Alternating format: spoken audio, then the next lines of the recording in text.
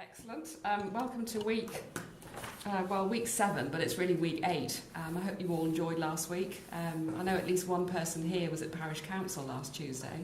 And we have somebody away from our gathering this week who's also at Parish Council, and I reflected, what's Parish Council, Book of Revelation? What would you choose? But anyway, Parish Council has won over the Book of Revelation this evening. But welcome everybody. Good evening to Dinsdale.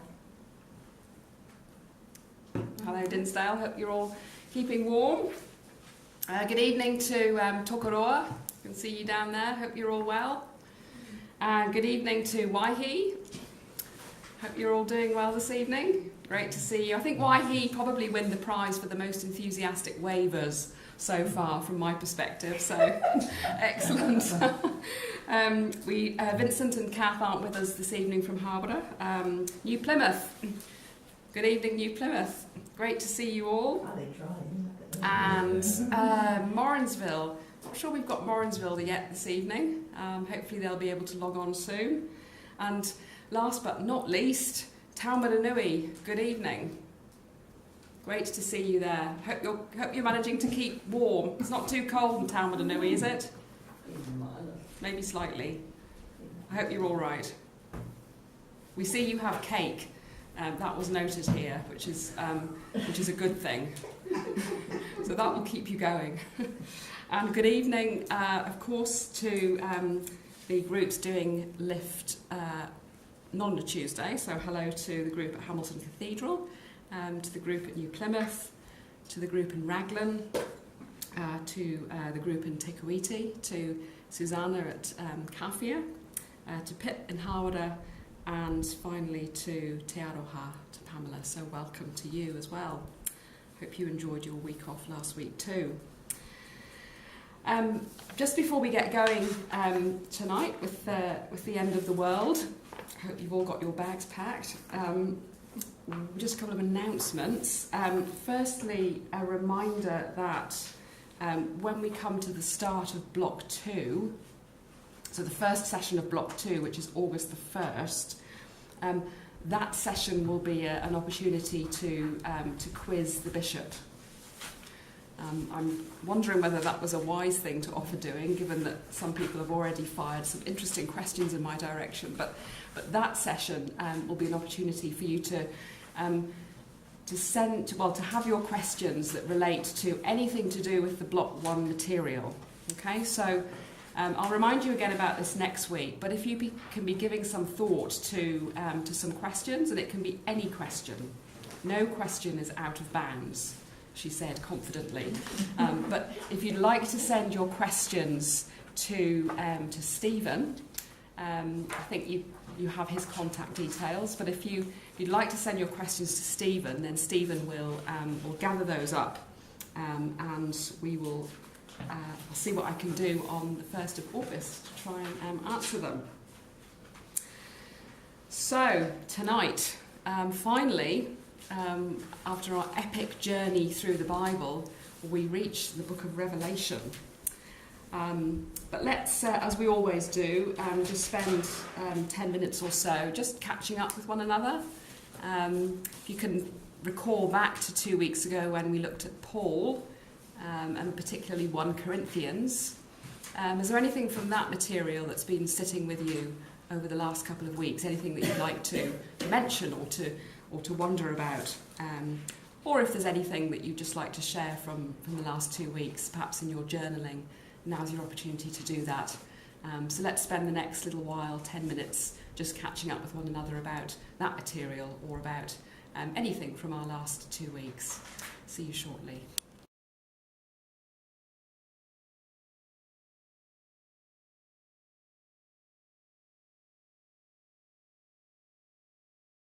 Okay, so let's get into Revelation.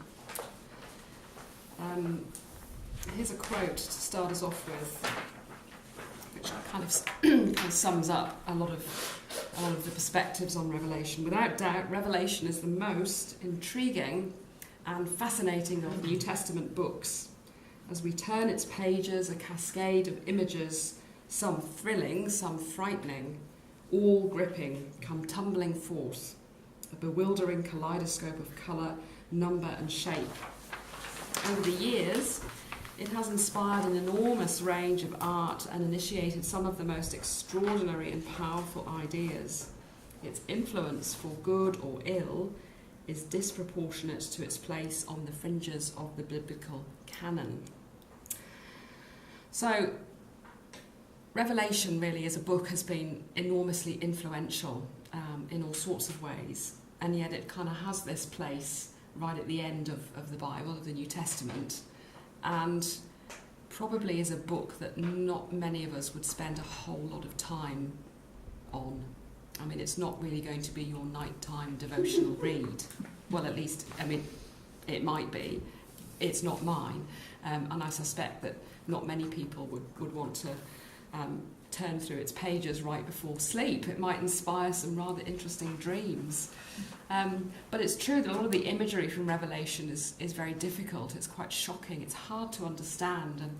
And actually, you probably get all sorts of things replicated in the average Hollywood film these days. Some of the weird and wonderful beasts that you get could easily come out of the pages of Revelation. So I guess one of the things that we need to do is to pay attention to what sort of document it is, what kind of book is Revelation, and therefore, once we understand that, is there anything that we can know about its context? Why was it written? Why do we have this series of prophecies about the end of the world? What do they mean? And then from that, think about a way in which we can use that document so it's accessible and understandable to us today. If you read the John Pritchard chapter on death for this week, one of the things he does mention in that chapter is that he talks about the sense of hope that's contained in the Christian gospel, that's very firmly contained in Revelation chapter 21. I saw a new heaven and a new earth. I mean, I've heard that reading many, many times, particularly at funeral services. So there's still something in Revelation that offers us hope and comfort, even if there's a lot in it that terrifies us and is of concern. So just take a few minutes now in your local groups to share some of your initial thoughts and feelings and reactions to Revelation. For example, have any of you ever heard a sermon preached on Revelation? Is it a book that you find helpful, or do you just find it confusing or strange? What are your thoughts about it as a book? So just spend a few minutes sharing some of those ideas, and I'll be back with you in a few minutes.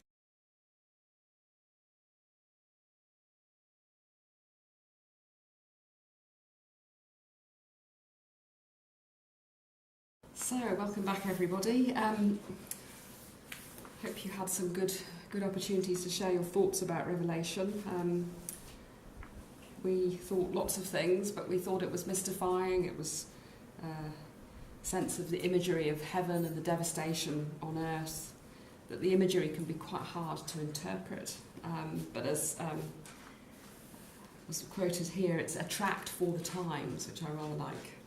It's written in a time of persecution, so that's something of the context that helps us to understand where it's coming from.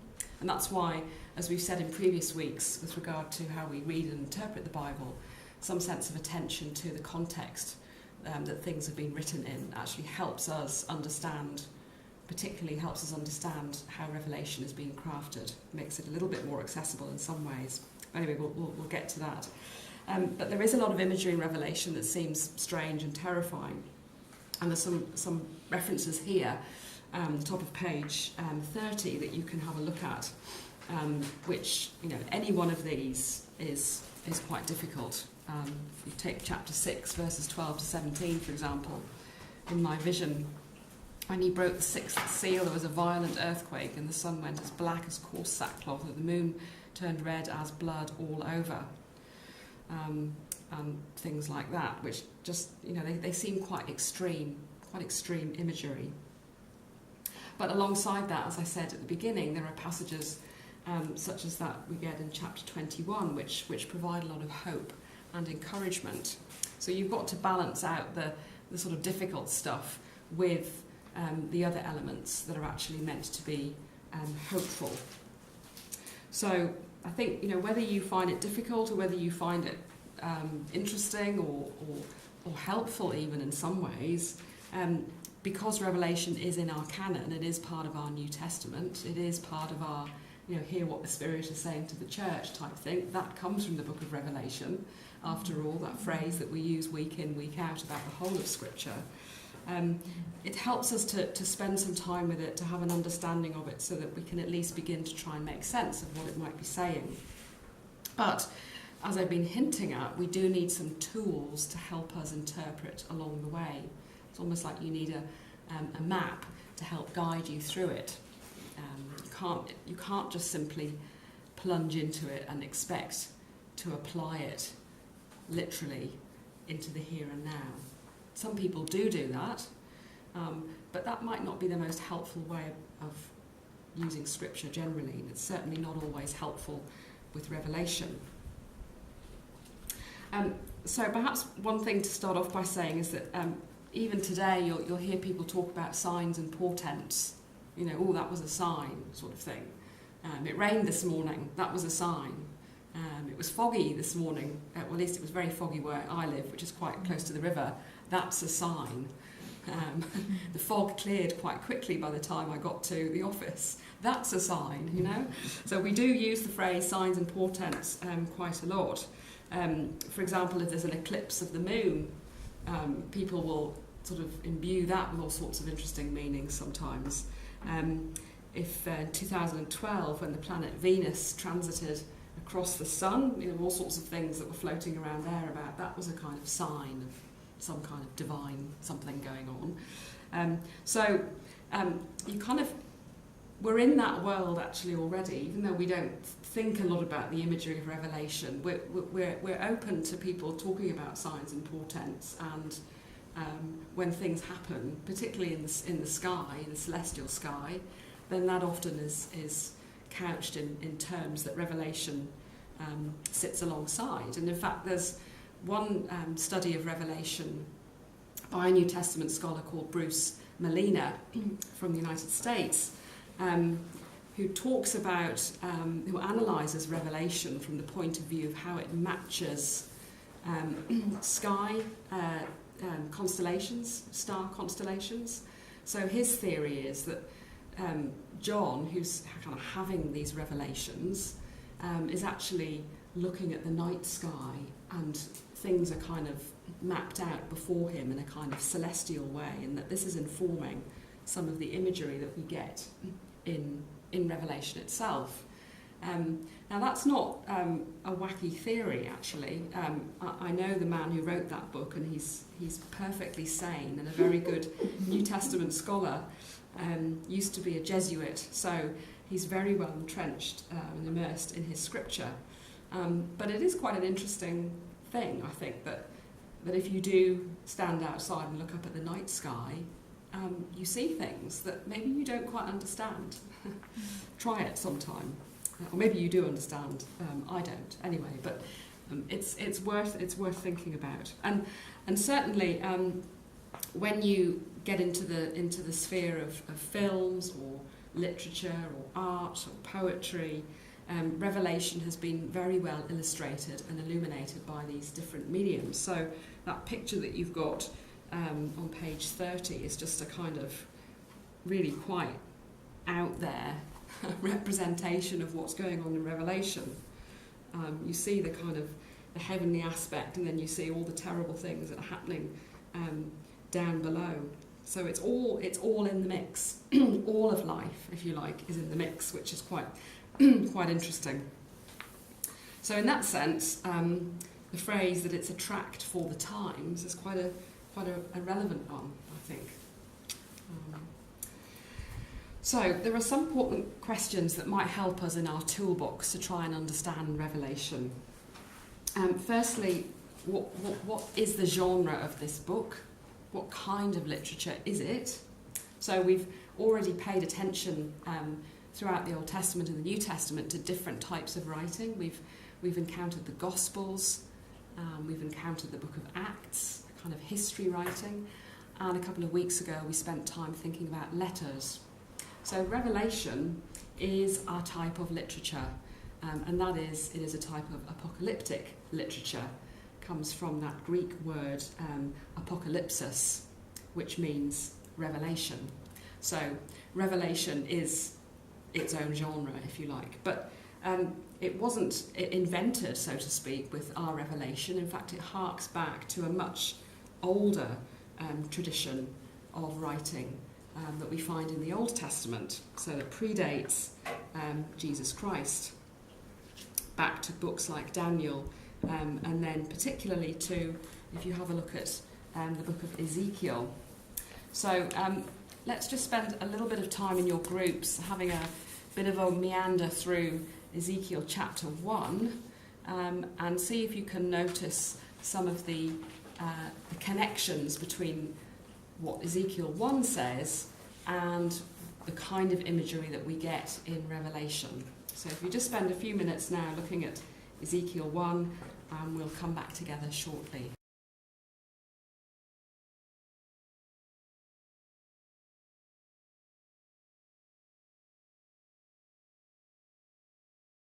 Hopefully you found just exposing yourself to some of that imagery in Ezekiel 1 quite helpful. I think there are a lot of parallels and overlaps with the kind of imagery we get in Revelation. And Ezekiel, of course, is a prophet who's prophesying in the 6th century, in the time of the Babylonian exile. So things are obviously not going well for Israel. They're in exile. And Ezekiel is actually a prophet of hope. So he's speaking into a situation that's pretty bad in order to give the people encouragement and hope. But it's certainly not what I would describe as a complacent encouragement and hope. I think there's a sense here that actually, yes, things are pretty tough, but actually we're going to have to do some things in order to get out of that hard space into a space that's going to be better. But as we're trying to do that, God is always present. God is always with us, even when it doesn't seem like that's the case. So that's the kind of background to how Ezekiel is going about his prophecy, and it's that kind of background that also forms a context for understanding Revelation. So it's crucial really that we understand Revelation as having its origins in the kinds of writing that we see in the Old Testament prophets. Because part of the style of writing in the Old Testament, style of prophecy, is that you're talking about how God is intervening in human affairs, and that involves both judgment and salvation. So that's, if you look at all the Old Testament prophets, you kind of get that thread running through them, that God intervenes and that there are elements of judgment and salvation. There's fear, but there's also hope. We also see this in the book of Daniel, which has some very dramatic visions in its second half, and also in Isaiah 11, where the coming of the Anointed One, the Messiah, transforms the natural order. And so you get phrases like, the wolf shall lie down with the lamb. And Ezekiel, of course, contains that well-known image of new life being injected into dry bones. So we were almost tempted here to start a chorus of dem bones, dem dry bones. So if you, I can see New Plymouth are getting into it. So if you want to do a bit of an Old Testament workout, if you want a tune to accompany you on your Old Testament fitness program, then I could recommend the imagery of new life being breathed into dry bones. It's a very popular story and image from Ezekiel that forms part of that theme of hope and new life. Certainly when we get to the period between from the 2nd century before the time of Christ up until about the 2nd or 3rd century after the birth of Christ, there are quite a lot of apocalyptic writings. or at least there are quite a lot of apocalyptic writings that we have access to, that we have recalled to us. So it would seem that this style of writing became quite popular. And that's perhaps not surprising given the ups and downs of that period of history where there was quite a lot of persecution happening. And indeed, I think today, when you see media headlines talking about apocalyptic things, there's quite a lot of the sense of persecution and devastation that, of course, we see here and now in our world. In a sense, there always has been. Perhaps the difference is now that we have access to that sort of imagery in a much more present and powerful way through the internet, through social media. So I think it's not a case of things are getting worse, therefore the prophecy in Revelation is coming true. Actually, that's not the way to read it, because Revelation as a genre is a standalone response to a time of persecution, which is instilled and infused with a sense of deep hope that God will prevail despite all the bad things that are happening.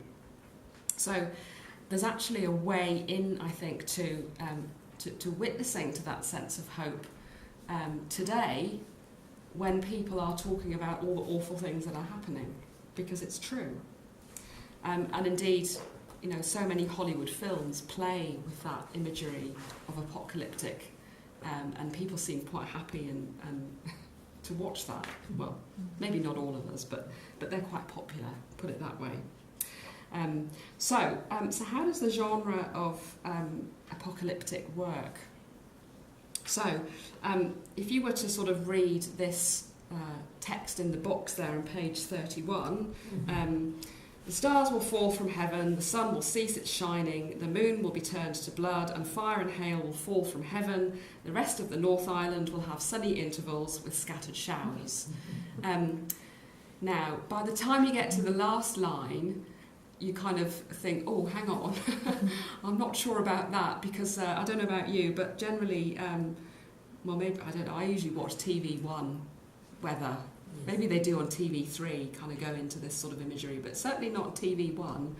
They don't end up with a sort of, you know, what's the outlook? Well, the stars are going to fall from heaven, the moon's going to be turned to blood, there'll be a bit of fire and hail, and the rest of the North Island will have sunny intervals with scattered showers, moving on. So that's just to kind of show you how genre works. You know, we're kind of jarred into thinking, oh, hang on, that's not what we expect. The last line, at least, in that genre. So you're not going to get in Revelation, or in that kind of apocalyptic prophecy, you're not going to get a weather report, particularly. You're getting something that is quite dramatic in a very controlled way. But the language in that box there is actually quite consistent. But what is happening is that the genre has shifted by the time we get to the last line. Okay, so you know, when you read a letter, you kind of expect that letter to progress in a particular way. If you read an email, you know, you kind of expect that email to proceed in a particular way, or a text message or something like that. When you're reading apocalyptic, you should be immediately expecting it to reveal itself, as it were, in a particular way, which doesn't involve a kind of benign sunny intervals and scattered showers type line. If you look at the other text box in the bottom of page 31, this is from chapter 1, which kind of has elements of weather report, but also has elements of definite apocalyptic imagery. So the revelation, that's the apocalypsis of Jesus Christ, which God gave to show his servants what must soon take place. Blessed is the one who reads aloud the words of this prophecy. John, to the 7 churches that are in Asia, to him who loves us and freed us from our sins by his blood, look, he is coming with the clouds, and every eye will see him. I am the Alpha and the Omega, says the Lord God. I, John, your brother. So there are elements of that are definitely apocalyptic. There are also elements of that give us a sense that we're actually also dealing here with letters. So things that have been revealed in prophecy, but also letters that have been sent. And there's a sense in which there's a connecting between the heavens and the earth in quite a particular and dramatic way. So when you read Revelation, you should be automatically tuning in to the kind of text it is, and therefore nothing that is within it should be particularly surprising to you, because that is exactly how apocalyptic literature works. It works in a scale that is really over the top and dramatic. Now, when we're thinking about when Revelation was written and perhaps who wrote it, well, there are two possible theories, both of which situate Revelation in the 1st century, and both of which situate Revelation during a time of persecution. So there are some scholars that want to put Revelation at an earlier date, towards the end of the Emperor Nero's reign, and there are other scholars that want to push it to a later date, towards the end of the Emperor Domitian's reign. So the evidence around which one is probably true is a bit complicated, but I think whichever we go for, whether we go for an earlier date or a later date, both of these contexts suggest to us that Revelation is responding to some kind of persecution. So if you look through Revelation, you might want to make a note of some of the things in it that might suggest that there's some kind of persecution going on. And the whole point, as I've said, of this literature is to both respond to that persecution and offer a sense of hopefulness through it, that things are not hopeless. Actually, God is present and there is always hope. There is always hope. Now, one of the features of Revelation is the fact that it contains various letters or messages that are being relayed to various churches, and that map that you can see on page 32 gives you a sense of where the different churches are that are being written to. And you can see right there in the sort of bottom left-hand side the island of Patmos, which is the island that John, who is having these revelations, is said to have been situated on, possibly having been exiled to that context. So John is writing on that island to the churches to provide both, I guess, some salutary messages, but also to provide a sense of hope. So tradition has it, of course, that John the Apostle wrote Revelation, but it's highly likely that it wasn't him, because he would have been extremely old at the time of writing this, but it certainly was somebody who would have been in his broad school of thought, a bit like some of the Pauline letters we were thinking about a couple of weeks ago, that even if it's got Paul's name stamped on it, it doesn't necessarily mean Paul wrote it. So it's somebody in the Johannine school that is writing to the different churches. Now, there's another example here, really, of why context matters when it comes to trying to understand what Revelation is saying. So if we take one of the contexts just for an example, then we can kind of tease out how some understanding of the world behind the text can help us understand what the text is saying. If you have a look at chapter 3, which is chapter 3 verses 15 to 16, this is the part of the chapter where the message is being conveyed to Laodicea, and you can see Laodicea there on your map, sort of underneath where Philadelphia is. Verses 15 and 16 of chapter 3 say this: I know your works. You are neither cold nor hot. I wish that you were either cold or hot. So, because you are lukewarm and neither cold nor hot, I am about to spit you out of my mouth. Excellent.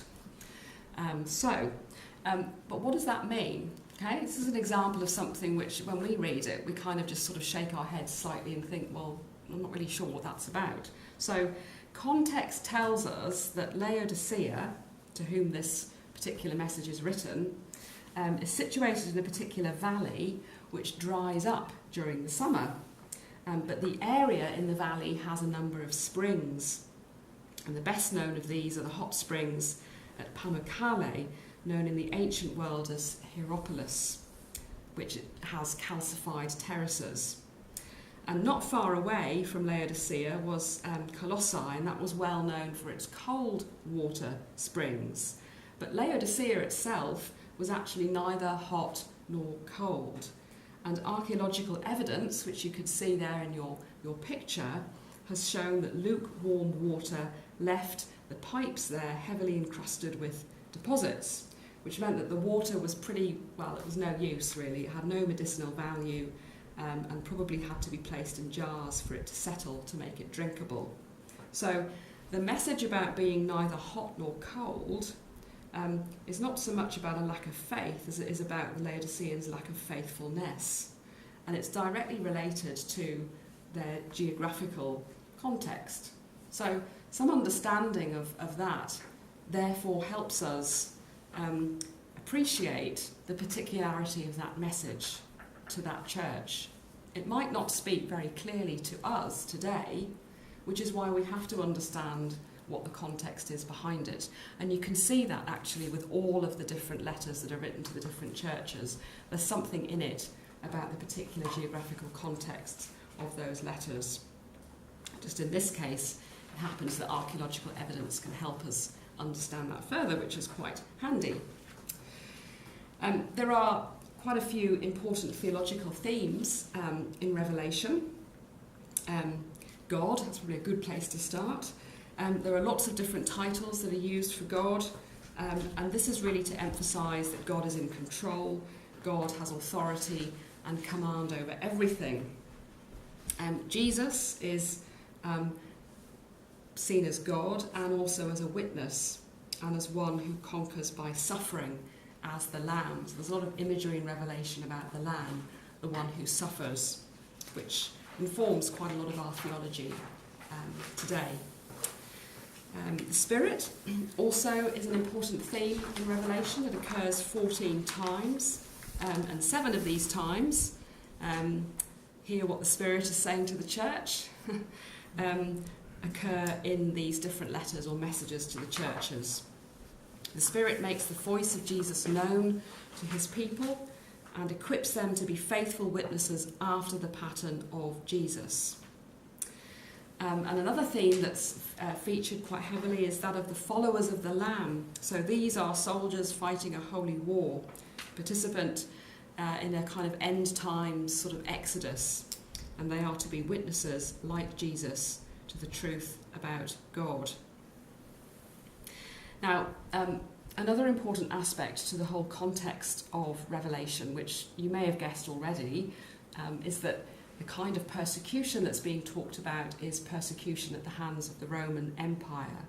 So, understanding something about the Roman Empire and the way in which the imperial cult, the worship of the emperor, works, is another helpful tool to help us understand what's going on in Revelation and what some of the imagery is about.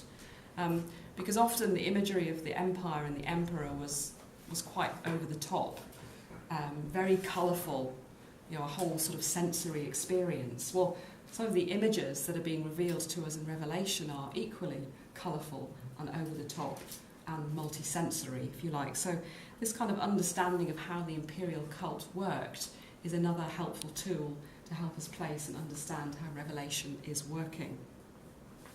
And, of course, the way in which the Old Testament is used as well. There's a lot of Old Testament imagery underlying Revelation. And I guess that's an important point, that one of the reasons why perhaps Revelation doesn't make immediate sense to us is that we don't always have the whole Old Testament right in our fingertips. But as you've just seen, looking at Ezekiel, the readers of Revelation would have known Ezekiel, and they would have immediately made that contact and made that connection with Ezekiel and with the kind of context that Ezekiel is talking about. And they would have known that in the context of the exile, well, that came right eventually. People did get out of exile and things kind of sorted themselves out for a while anyway. So people would have known that imagery and would have known how it works and the way in which it would have provided them with hope as well in their suffering in the Revelation context. So you can see there in a box on page 34 something of the structure and the composition of the book. That's a very simplified version. but it gives you a sense of how the book overall is shaped. Now, one of the things that people often talk about in Revelation are the numbers. Okay? And even today, you will get people talking about 666, that number. If you're in a hotel, you don't want to stay in room 666. And I've even known of hotels that don't have a room 666. But actually, the kind of encouraging thing about that is that there are some manuscripts, in fact, the oldest manuscripts have the number 616. Okay, so the whole kind of aura and fear around the number 666. Actually, in some of the manuscripts, it's 616. There are lots of solutions to what that sort of thing means, and there are lots of solutions to what the other numbers that are referred to mean, and even some that argue that it's mistaken to look for a solution at all. The point is to be found in the number itself, so there's a threefold repetition of one falling short of perfection, which is 7. This number is the number of perfection. And 666 is a threefold. 3 is also a good number. 1 falling short of perfection. That could be it. But it could be other things as well. But all sorts of wild and wacky theories have been put out there about 666 and how it links to various names. I think even the Pope was in the running at one point. Not the current Pope, I'm sure, but in days gone by. All sorts of historical figures have been, their letters, that their names have been kind of worked out that this is what this means. So, I guess, be wary a little bit of anybody that tries to overthink the symbolism and meaning of numbers in Revelation. They're just part of how it works. So, that's rather a lot of talking from me. Let's just spend some time before we finish looking at these points to ponder on the bottom of page 34. Because I think that's one of the most important things you can do from tonight, really, is to think about how, we've got Revelation, we understand something of its context and its genre, but actually, are there some ways in which this book can speak into our lives now and into the context of the church and society today?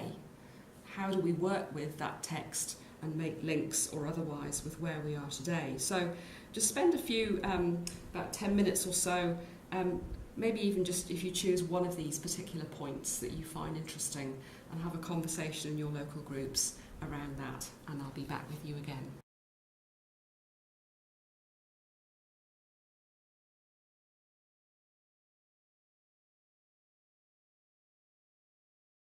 Okay, welcome back everybody. The final message from this end was it's good to recycle.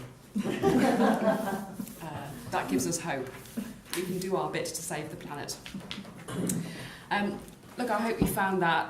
We've had some good discussion around Revelation. Keep pondering that, and keep particularly pondering those points at the end there to help you really make some connections between how we use this text, how we read it, and how we interpret it for our context today. I think that's a really important thing for you to keep doing generally, but throughout this week, and that will lead us nicely really into next week, which is our final session for Block 1, where we're going to think particularly about how we read and interpret the Bible. So we've done lots of content stuff, this is what is in the Bible. Next week we're going to draw our attention to some strategies around how we actually read it and interpret it, and how that can help us. So that's what we've got for next week. But thank you for your attention this evening. Thank you for your conversation, for your willingness to engage with one another. And good evening, or good afternoon, or good morning, or whatever time the other groups are doing it, to Hamilton Cathedral, to New Plymouth, to Raglan, to Te Kuiti, to Kawhia, to Harborough, and to Te Aroha. Thanks everybody. Have a great week. Enjoy night prayer in each other's company right now, or after midday prayer, or whatever prayer you're doing. And we'll be back together next week for the last session of Block 1. Good night. Or good night from here, I should say. We need to wave. Bye, everybody.